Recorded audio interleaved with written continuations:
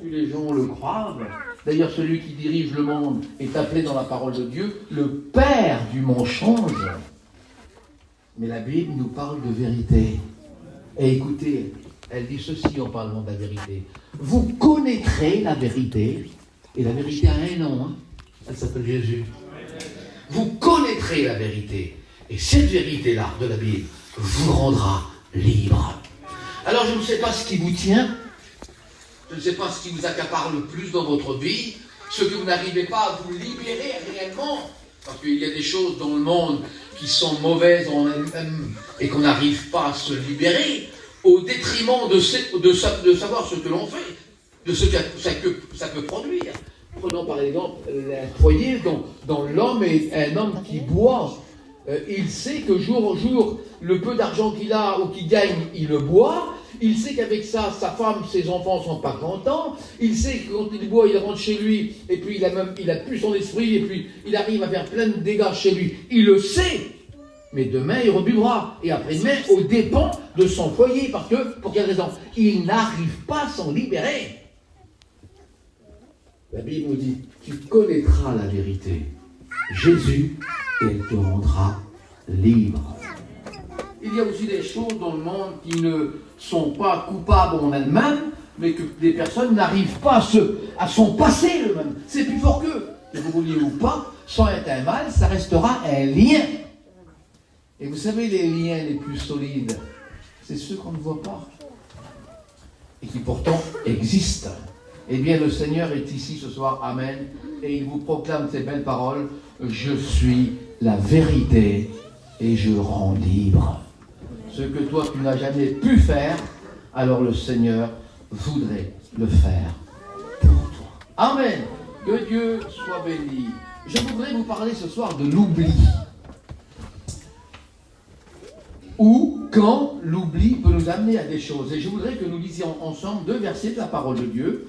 Le premier se trouvant dans Deutéronome, pour ceux qui ont la Bible. C'est bon. Deutéronome, chapitre 8, et verset 11. Parce que c'est de la Bible que nous parlons, et pas de nous, parce que de nous, il n'y a pas grand-chose à raconter. Mais de la Bible, c'est la parole de Dieu. Amen. Et voilà ce que Dieu dit, l'Éternel Dieu dit. Écoutez, on va parler de l'oubli. Garde-toi d'oublier l'Éternel ton Dieu, au point de ne pas observer ses commandements. Donc la Bible, ce que je tiens dans ma main. Lorsque tu mangeras et que tu seras rassasié, tu n'oublieras pas l'Éternel ton Dieu. Lorsque tu bâtiras tes belles demeures, tu n'oublieras pas ton Seigneur ton Dieu. Lorsque ton menu et ton gros bétail augmentera, tu n'oublieras pas l'Éternel ton Dieu. Prends garde que ton cœur s'enfle et que tu oublies l'Éternel ton Dieu quand ton argent s'accroît. Et je voudrais rajouter l'Évangile de Luc, chapitre 1er,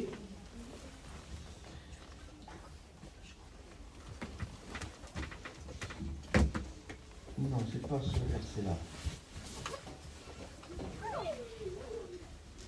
Ah, là aussi, j'ai mis ce verset-là. Voilà, chapitre 2 et verset 41. Les parents de Jésus s'en allèrent chaque année à Jérusalem à la fête de la Pâque. Et lorsque Jésus fut âgé de 12 ans, ses parents montèrent à Jérusalem selon la coutume, et ils s'en retournèrent, oubliant Jésus à Jérusalem. Je voudrais donc vous parler de l'oubli, l'importance que ça peut être. Vous savez que le temps nous permet d'oublier des choses. Et ça arrive très souvent. Et le Seigneur nous dit dans Deutéronome au chapitre 6, « Garde-toi d'oublier l'Éternel ton Dieu en n'observant pas ses commandements. Garde-toi d'oublier l'Éternel ton Dieu quand tu mangeras et tu te rassasieras. » Parce qu'en fin de compte, c'est lui qui donne la force à l'homme de gagner son pain. Parce que quand on est malade, on ne peut pas. Garde-toi d'oublier l'Éternel ton Dieu quand tu seras dans ta maison. Vous voyez, il n'est pas contre. Quand ton menu bétail s'agrandira, donc le Seigneur n'est pas contre. Quand ton argent augmentera, le Seigneur n'est pas contre, il te dit simplement, garde-toi de m'oublier. Parce que par ces choses, des gens peuvent oublier Dieu. On peut oublier Dieu. Parce que la vie est prenante, mes amis, aujourd'hui. Et je sais que la plupart, vous êtes des voyageurs ici, et que quelque part dans votre cœur, pour ceux qui ne sont pas chrétiens, quelque part dans votre cœur, il y a quand même un coin pour Dieu, et que le soir, il y a une prière qui s'élève à lui. Oui, c'est vrai. Et parfois, quand on regarde les journées que nous avons, ou que les gens ont, les journées ne sont plus chargées, ils sont surchargés. Et que parfois, par rapport à toutes ces choses, on arrive à mettre Dieu au dernier rang. Et ça, c'est oublier Dieu. Parce qu'il veut être au premier rang. Il veut être le premier dans notre vie. Et s'il passe le dernier, ça veut dire qu'il y a autre chose qui passe avant. Et dans les choses qui semblent tout à fait légitimes, puisque la Bible dit que le Seigneur n'est pas contre cela, quand tu seras dans ta belle maison, il n'a pas dit, il ne faut pas en avoir, il a dit, garde-toi de m'oublier. Quand ton menu bétail, ton gros bétail augmentera, il n'est pas contre, mais fais attention de ne pas oublier. Ça veut dire que dans des moments comme ça, on risque parfois d'oublier le Seigneur. Et c'est vrai, on peut l'oublier pour son salut. Rappelez-vous ce qui est écrit dans la parole de Dieu. La Bible précise ceci. Ce qui arriva au temps de Noé arrivera de même à l'avènement du Fils de l'homme. Mais dites-moi, qu'est-ce qui est arrivé au temps de Noé? Ben, tout le monde le sait. Un déluge. L'arche de Noé. Oui, mais c'est pas seulement ça. Quand le Seigneur parle de ce verset, il ne parle pas de l'arche. Il dit ceci, regardez. Ce qui arriva du temps de Noé. Certains vont dire, oui, l'arche, le déluge. Jésus ne parle pas de ça. Ce qui arriva du temps de Noé arrivera de même à l'avènement du Fils de l'homme. Écoutez ce qui est écrit. Les gens mangeaient, les gens buvaient, les gens se mariaient leurs enfants. Mais qu'est-ce qu'il y a de mal à cela? Rien. Ça semble légitime, c'est ce que nous faisons tous. Mais qu'est-ce qui a permis que les gens de Noé en restaient alors qu'ils ne sont pas rentrés dans l'arche, alors que Noé leur avait prêché? C'est qu'ils n'étaient plus attentifs au message, qu'ils avaient oublié Dieu dans ce qu'ils faisaient, se marier, manger, buvaient, marier leurs enfants.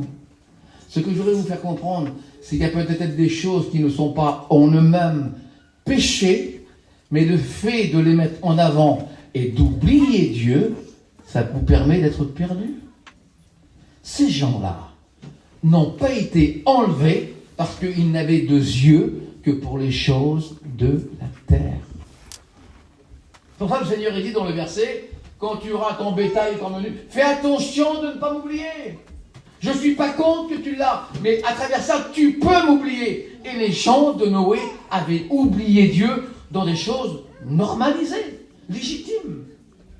Regardez ce que Jésus va dire plus loin, dans un autre pays. Ce qui arriva du temps de Lot arrivera de même à l'avènement du Fils de l'homme, c'est-à-dire à l'enlèvement de l'Église. Mais qu'est-ce qui est arrivé au temps de Lot? Eh bien, c'est écrit comme ça, mais il rajoute quelque chose. Les gens mangeaient, buvaient, se mariaient, mariaient leurs enfants.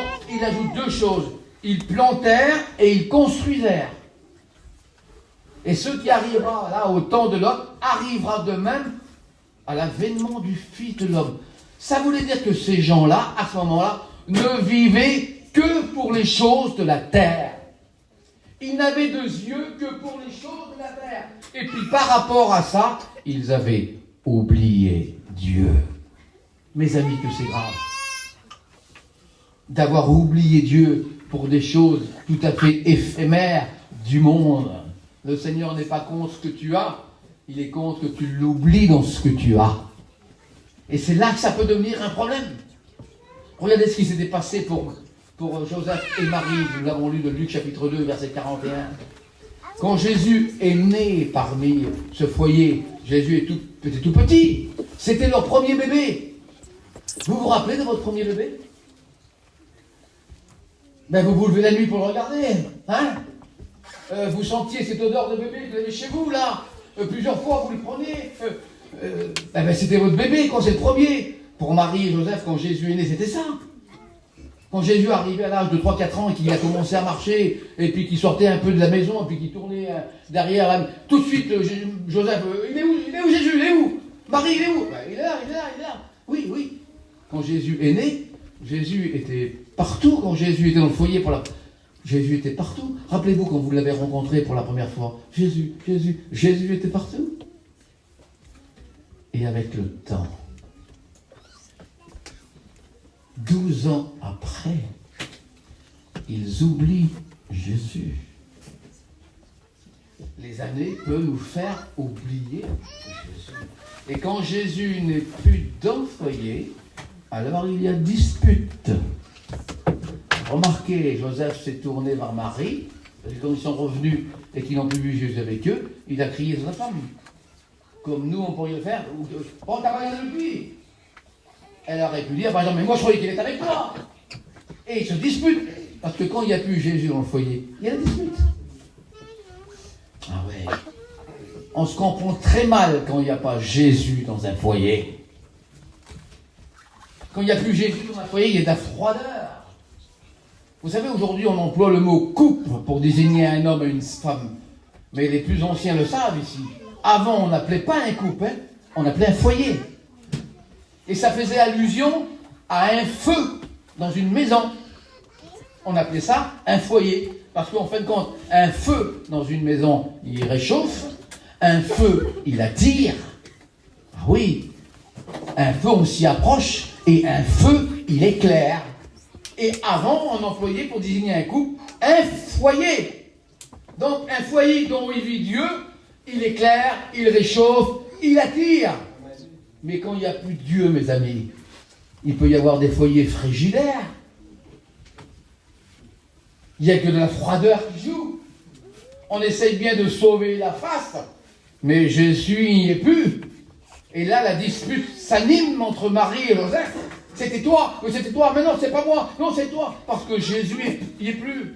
Oh, que la dispute, que les querelles font de mauvaises choses dans un foyer. Mais pour quelle raison? Parce que tu l'as oublié. Mais pour quelle raison? Parce qu'il n'a peut-être plus la valeur qu'il avait au début. Il serait peut-être temps d'y retourner.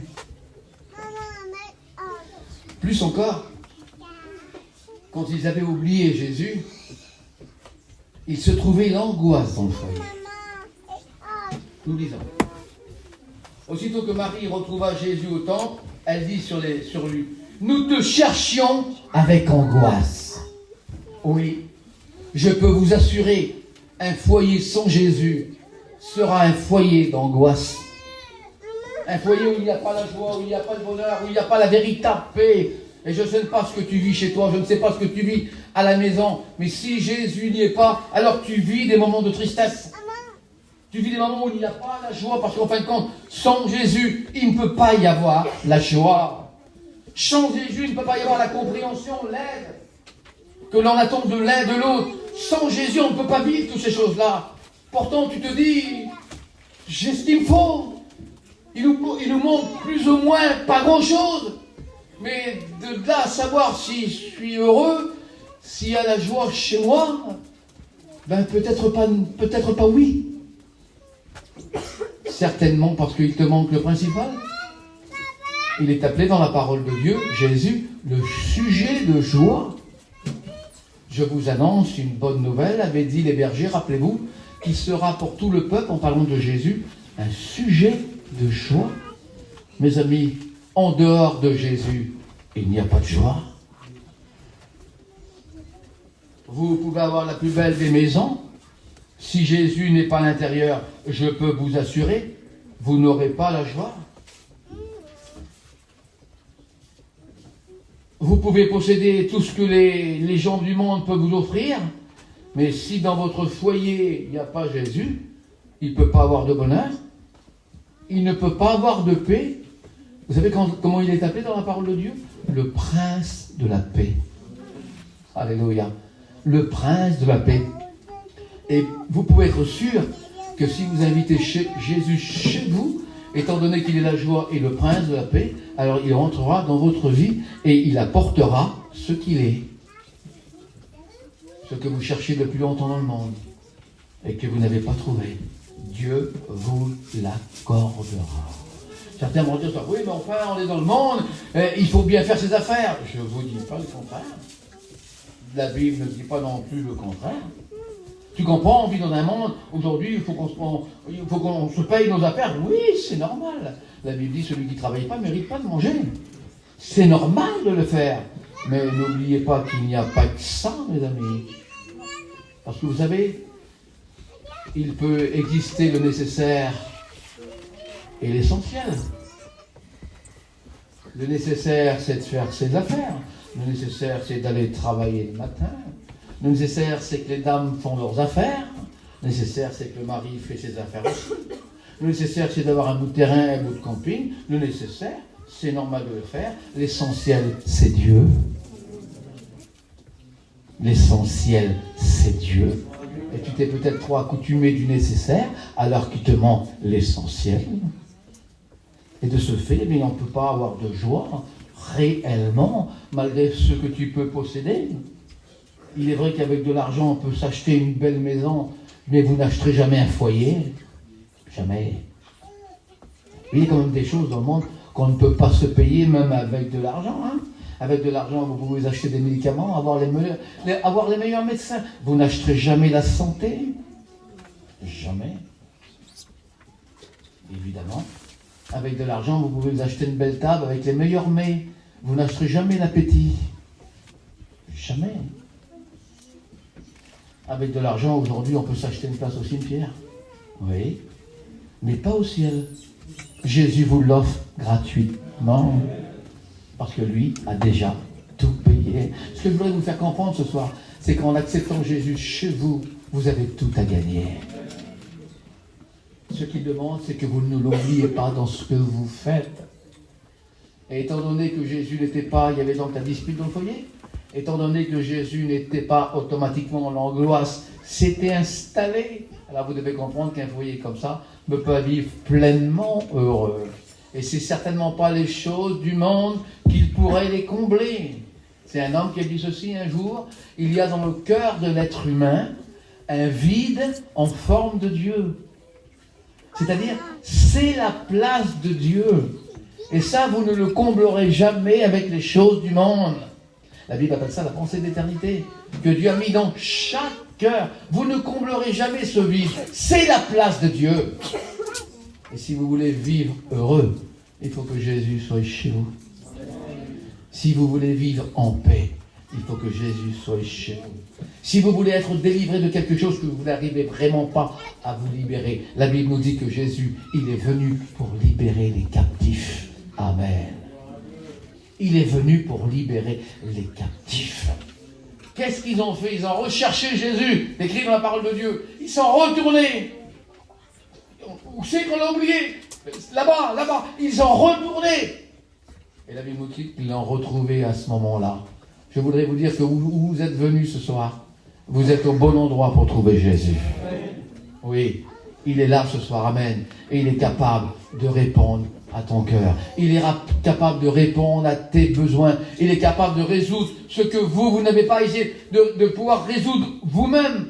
Bien par vos bonnes idées, vos bonnes intentions. Parce qu'on peut avoir des bonnes intentions bien des fois pour essayer de faire des choses. Mais vous savez, quand il y a quelque chose qui est en nous, c'est tellement difficile à faire autrement. Il faut en être libéré. Et ça, vous et moi, il nous est impossible de la faire. Nous sommes des terriens, on vit sur la terre avec des manquements, des faiblesses. Mais lui, dit la Bible, amen, Jésus, il est venu. Amen. Il est venu pour apporter ce que ton cœur a besoin ce soir. Et il te dit ceci, donne-moi ta vie, donne-moi ton foyer, donne-moi ton cœur. Ton manque de joie vient du fait que tu m'as oublié. Ton manque de joie ou de paix vient du fait que tu m'as fait passer le dernier, alors que je désire passer le premier dans ta vie. Vous savez, en mettant la joie en premier, eh bien, c'est ce qui va émaner. En mettant la paix devant lui, c'est Jésus, mais c'est ce qui va émaner. Il y avait un foyer qui était comme ça dans la parole de Dieu un jour. Il y avait un grand besoin dans le foyer. Il n'y avait que de la tristesse, vraiment que de la tristesse. Et cet homme avait entendu parler de ce Jésus-là, mais il était trop occupé par plein des choses. Et à un moment donné, il eut un cas, un problème très important. Alors, vous savez ce qu'il a fait? Je vous invite à le faire. Hein. Il a fait appel à Jésus. Et il a dit sur ces hommes, allez me chercher Jésus. Et puis le Seigneur ne s'est pas fait prier, hein, parce qu'il est venu pour chercher et sauver ceux qui sont perdus, dit la parole de Dieu. Et puis il est venu. Et comme il est arrivé, parce qu'il y avait un gros besoin dans la maison de cet homme-là, quand il est arrivé dans cette maison-là, l'homme l'a vu. Et quand il a vu Jésus, il a vu un homme saint. Parce que Jésus est saint, mes amis. Hein. Il a vu un homme saint. Et lui, il était loin d'être ça. Vous savez ce qu'il a dit? Quand il l'a vu arriver, il a dit, Seigneur, arrête-toi là. Je ne suis pas digne que tu rentres chez moi. Hein. Ça voulait dire plein de choses. Hein. Je ne suis pas digne que tu rentres chez moi. Ça veut dire qu'il n'était pas ce qu'il devait être. Hein. Je ne suis pas digne que tu rentres chez moi, Seigneur. Mais dis simplement un mot, dehors, là, et je sais que le besoin de ma famille sera résolu. Mes amis, à l'instant même, le Seigneur a répondu à ce besoin de cet homme-là. Et il a été carrément guéri, béni, délivré. Il a fait appel à Jésus. Il serait peut-être temps que tu le fasses, non? Il serait peut-être temps que tu fasses appel à Jésus. Il serait peut-être temps qu'il passe le premier dans ta vie pour te donner ce que tu as réellement besoin. Ne crois pas que nous sommes des foyers ou des chrétiens supérieurs aux autres, hein, ou une élite qui a été choisie par Dieu. Pas du tout. Hein. On est comme toi, on était comme toi. Mais parce qu'on a fait appel à Jésus, amen, et qu'il est venu dans notre vie, alors il a réellement changé notre cœur, et il peut le faire pour toi ce soir. Il peut changer ta vie. Il peut changer ton foyer. Et il te dit ces paroles. Invoque-moi. Et je te répondrai. Imaginez-vous ce que dit Dieu. Invoque-moi. Je te répondrai. Il faut que cette prière ait le mérite, non pas d'être bien formulée, que ça, ils s'en moquent. Hein. Il faut qu'elle ait le mérite d'être vraie. Les prières que Dieu exauce, c'est des prières vraies. Alors ce soir, on va s'incliner et dans ton cœur, tu vas lui faire une prière vraie. Nous te rendons grâce, Seigneur. Nous te bénissons parce que tu es notre Dieu. Et à quel autre, en nous qu'à toi, tu as les paroles de la vie. Nos amis qui sont ici, Seigneur, ceux qui ont besoin de toi, ceux qui ne vivent pas cette pleine bonté dans leur foyer, ceux qui ne vivent pas cette pleine paix dans leur foyer, tu leur dis ce soir, je te donne ma paix. Je te donne ma paix. Ça veut dire que tu as juste à l'accepter. Alors tu dois lui faire cette prière ce soir. Seigneur, je ne sais pas trop si je te connais, je ne sais pas trop, mais tu vois comment ça se passe chez moi. Nous, on n'a pas besoin de le savoir. C'est lui qui doit le savoir. Seigneur, tu vois ce qui se passe chez moi, Seigneur. Tu vois ce qu'il y a à la maison, Seigneur. Ce manque de joie, ce manque de paix, ce manque de bonheur. Fais quelque chose, Seigneur. Et si vous l'invoquez, mes amis, gloire à Dieu, si vous l'invoquez, eh bien ce soir, il vous répondra. Il répondra à ta prière. Alors il est en train d'écouter ta prière ce soir. Là, maintenant. Que le Saint-Esprit convainque les cœurs de justice et de jugement. Seigneur, moi je ne sais pas convaincre, mais toi tu sais. Tu convainques les cœurs ce soir. Tu permets aux gens de comprendre que tu es la vraie joie, que tu es le vrai bonheur, que tu es celui qui peut apporter la vraie paix. Tu peux le faire dans le cœur de nos amis qui sont ici. Dieu veut vous bénir ce soir. Alors laissez-le entrer chez vous. Écoutez, il te dit, je frappe à la porte de ton cœur. Je frappe. Et si tu m'ouvres, amen, je entrerai chez toi. Alléluia. Et quand il entre chez nous, alors il apporte la joie, il apporte la paix, il apporte le bonheur. À la gloire du Seigneur. Amen. Amen. Tu peux trouver en Dieu ce soir un abri.